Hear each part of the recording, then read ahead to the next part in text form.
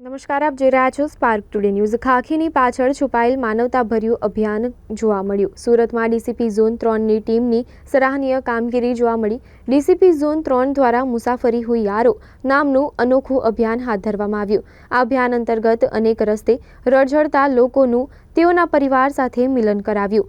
મહિધરપુરા વિસ્તારમાં બ્રિજ નીચે રહી જીવન ગુજારતા 62 વર્ષીય વૃદ્ધનું પરિવાર સાથે મિલન કરાવ્યું। 25 વર્ષ અગાઉ સાંગલીથી સુરત આવેલ વૃદ્ધની સારવાર કરાવી તેઓનું પોલીસે કાઉન્સેલિંગ કર્યું। વૃદ્ધ પાસેથી માહિતી જાણી તેમના પરિવારનો સંપર્ક કરી પરિવાર સાથે મિલન કરાવ્યું।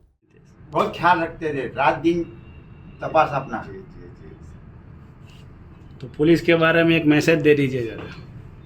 मैं अनपढ़ आदमी क्या दूंगा, बोलो। कोई भी जो आपके दिल में आए पुलिस के लिए ऐसा ही मैसेज मैं दूंगा। ये तो एक हफ्ते में हुआ है ना कि देश देश का बाप अपने घर पहुंच जाए। एक पुलिस के लिए मेरे लिए सैल्यूट है।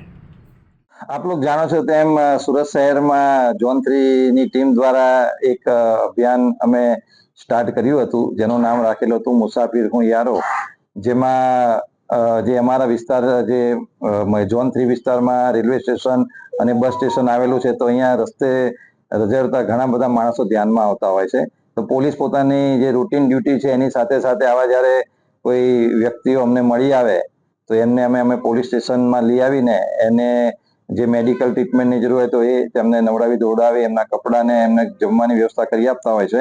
અને એ કર્યા પછી અમે એમની ફેમિલી બેકગ્રાઉન્ડ ને બધી વિગતો મેળવતા હોય છે। એને પાછળનો અમારો આશ્રય એટલો જ હોય છે કે ભાઈ એમના ફેમિલીથી જો એ વિખૂટા પડી ગયા હોય તો એ લોકોનું અમે મિલન કરાવી શકીએ।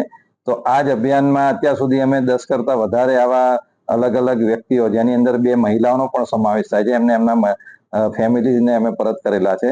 પરંતુ આજે એક કિસ્સો એવો બનેલો છે જેની અંદર મોહમ્મદ ઇલ્હમ મુલ્લા, જેમની ઉંમર 62 વર્ષ છે, અને અમને માહિતી મળેલી હતી કે બ્રિજની નીચે ઘણા વખતથી એમણે રસ્તે રખડે છે અને એમની તબિયત પણ ખરાબ છે, લાકડીના સહારે ચાલતા હતા। તો અમારી પોલીસની ટીમ એમને 1 વીક પહેલા પોલીસ સ્ટેશન લઈ આવી હતી અને એમને સારવાર કરાવી, એમને નવડાવી દોડાવીને સ્વચ્છ કપડાં પહેરાવ્યા અને એમનું કાઉન્સેલિંગ કરતા જાણવામાં આવેલું કે આજથી 25 વર્ષ પહેલા તેઓ સાંગલીથી સુરત આવેલા હતા અને 25 વર્ષથી અહીંયા સુરત ખાતે એ આવી રીતે રસ્તા ઉપર પોતાનું જીવન ગુજારતા હતા।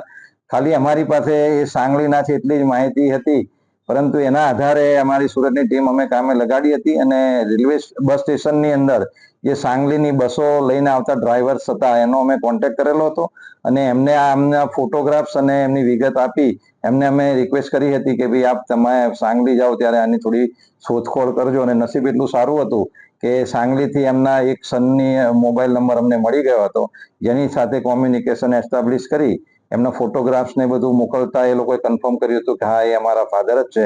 અને એમનો ફેમિલીનો કોન્ટેક્ટ થતા આજે એમનો દીકરો જે કર્ણાટક રહે છે, તો કર્ણાટકથી એમનો એક દીકરો આજે એમને લેવા માટે આવેલો છે અને આજે 25 વર્ષ પછી ફાધર અને પુત્રનું મિલન કરેલું છે અને બધા અત્યારે ખુશ થઈને એમના પોતાના પરિવારનું મિલન કરી પોતાના પરિવાર પાસે મોહમ્મદ ઇલ્હિમ જશે। એટલે પોલીસનો અમે ખૂબ જ અમે આજ આનંદિત છીએ કે ભાઈ આજે એક પરિવારને અમે મિલન કરાવી શક્યા।